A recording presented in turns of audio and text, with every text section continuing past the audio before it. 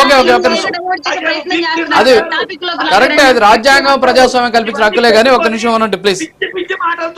రాజ్యాంగాన్ని మార్చేద్దాం, సింగిల్ గా పోటీ చేయాలని. ఒక నిమిషం ఉండండి సార్ ప్లీజ్, ఒక నిమిషం యా అరుణ్ గారు ప్లీజ్ ఒక నిమిషం చెప్తారు వెయిట్ ప్లీజ్ వెంకటేశ్వర రెడ్డి గారు ఒక్క నిమిషం ఆగండి ప్లీజ్. అరుణ్ గారు సరే ఓకే సార్ మీ ఆవేదన అర్థమైంది, ఒక నిమిషం ఆగండి సార్. అరుణ్ గారు, వెంకటేశ్వర రెడ్డి గారు ఆవేదన చాలా ఎక్కువ ఉంది, మీరు మాట్లాడండి. ఆగండి సార్, మీకు ఆన్సర్ కావాలవుద్దా మేడం, మాట్లాడండి సార్. నేను చాలా క్లియర్ గా చెప్పాను నా పర్సెప్షన్ ఏంటి, అలాగే ఇప్పటి వరకు రాష్ట్రంలో జరిగినట్టు రాజకీయ విధానాలు ఏంటి, దానికి సంబంధించి రాష్ట్రంలో రాజారెడ్డి గారి దగ్గర నుంచి కాంగ్రెస్ తో ఉన్నటువంటి లాలూచి ఏంటి, ఇవి క్లియర్ గా నేను చెప్పాను. దానికి సంబంధించి జగన్మోహన్ రెడ్డి ఎట్టి పరిస్థితుల్లో కూడా నోరు ఎత్తడు. ఏ పార్టీ కేంద్రంలో అధికారంలో ఉన్నప్పటికీ కూడా ఇతను నోరెత్తేటువంటి రైట్ లేనటువంటి రాజకీయ చరిత్రను అతను మూటగట్టుకున్నాడు కాబట్టి, అన్ని కేసులు అతను ముద్దాయిగా ఉన్నాడు కాబట్టి, రాష్ట్రం కోసం కానివ్వండి, ఇంకొక సమస్యల కోసం కానివ్వండి అతను నోరెత్తడు, ఇది క్లియర్. అలాగే ఇప్పటి వరకు కూడా వీళ్ళకి ఈవీఎంల మీద ఉన్నటువంటి డౌట్లు ఏవైనా ఉంటే లీగల్ గా వెళ్ళమని చెప్పేసి కూడా ఎప్పటి నుంచో కూటమి ప్రభుత్వం వీళ్ళని ఎంకరేజ్ చేస్తూనే ఉంది. అయినా సరే వీళ్ళు దానికి వెళ్ళట్లేదు. ఎంతసేపు మీడియా ముందుకు వచ్చి విమర్శలే తప్ప లీగల్ గా ఎట్లాంటి ప్రాసెస్ కూడా వాళ్ళు చేపట్టట్లేదు. ఈవెన్ వాళ్ళ ఎమ్మెల్యేలు ముందుకు వచ్చి మేము వస్తాము మాకు సపోర్ట్ ఇవ్వండి అన్నా సరే జగన్మోహన్ రెడ్డి సపోర్ట్ ఇవ్వలేదు. అంటే ఈవీఎంలో గోల్మాల్ జరిగింది అన్నమాట అబద్ధం, అది జగన్మోహన్ రెడ్డికి కూడా తెలుసు. కానీ ఆంధ్ర రాష్ట్ర ప్రజలను మోసగించాలి, ఇంకా మభ్య పెట్టాలి కాబట్టి ఈవీఎం టాపిక్ అనేది ఇప్పటికీ లైవ్ లో రన్ చేసేటువంటి ప్రయత్నాలు చేస్తున్నారు వైసీపీ వాళ్ళు. అబద్ధాలతోటి పబ్బం గడుపుకోవద్దు. ఆల్రెడీ ఈవీఎంల మీద కేసు సుప్రీంకోర్టులో రన్ అవుతుంది, అది మీ ఒంగోలుకు సంబంధించిందే, అక్కడ రన్ అవుతుంది కేసు. మీరు అబద్ధాలతోటి ప్రాపగాండ చేస్తే నిజం అబద్ధం అవ్వదు, అబద్ధం నిజం అవ్వదు. ఆల్రెడీ కేసు సుప్రీంకోర్టులో ఉంది.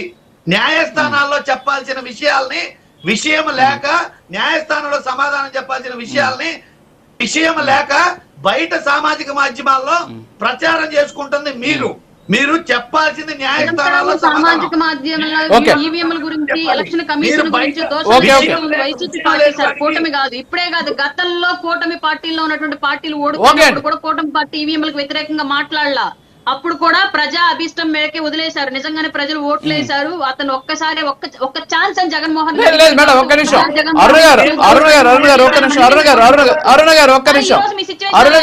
వినండి ప్లీజ్ వెంకటేశ్వర రెడ్డి గారు. ఒక్క నిమిషం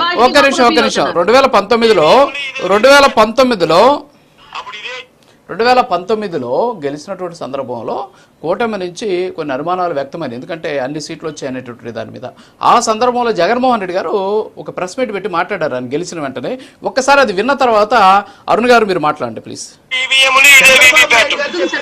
ఆయనకు అనుకూలంగా తీర్పు వస్తే ఏమన్నా అన్ని బాగుండే, వీవీప్యాట్లు బ్రహ్మాండంగా ఉన్నాయి, ఈవీఎంలు బ్రహ్మాండంగా ఉన్నాయి. అప్పుడు ఇదే ఈవీఎంలు ఇదే వీవీప్యాట్, ఆయనకు అనుకూలంగా తీర్పు వస్తే ఏమన్నా అన్ని బాగుండే, వీవీప్యాట్లు బ్రహ్మాండంగా ఉన్నాయి, ఈవీఎంలు బ్రహ్మాండంగా ఉన్నాయి. సో ఇదండి ఆయన మాట్లాడింది ఇది. సో ఎలా చూడొచ్చు అంటారు అరుణ్ గారు? సరే, అది మీరు ఇప్పుడు నాకు యాక్చువల్ గా వినిపించలేదు, బట్ మా అందరికి అది చెవుల్లో ఆ విజువల్ జగన్మోహన్ రెడ్డి గారు ఆ ఫైర్ లో మీడియా ముందు మాట్లాడి మాకు ఇప్పటికీ విజువలైజేషన్ అండ్ ఆడియో క్లియర్ గా ఉంది. వినిపించకపోయినా సరే ఈవీఎం లో ట్యాంపరింగ్ జరిగిందని చెప్పేసి చెప్తా ఉన్నారని చెప్పేసి ఆ రోజు ఒక రేంజ్ లో చెప్పాడు జగన్మోహన్ రెడ్డి. బట్ ఇదే మేము ఇప్పటికీ అదే అడుగుతున్నాం.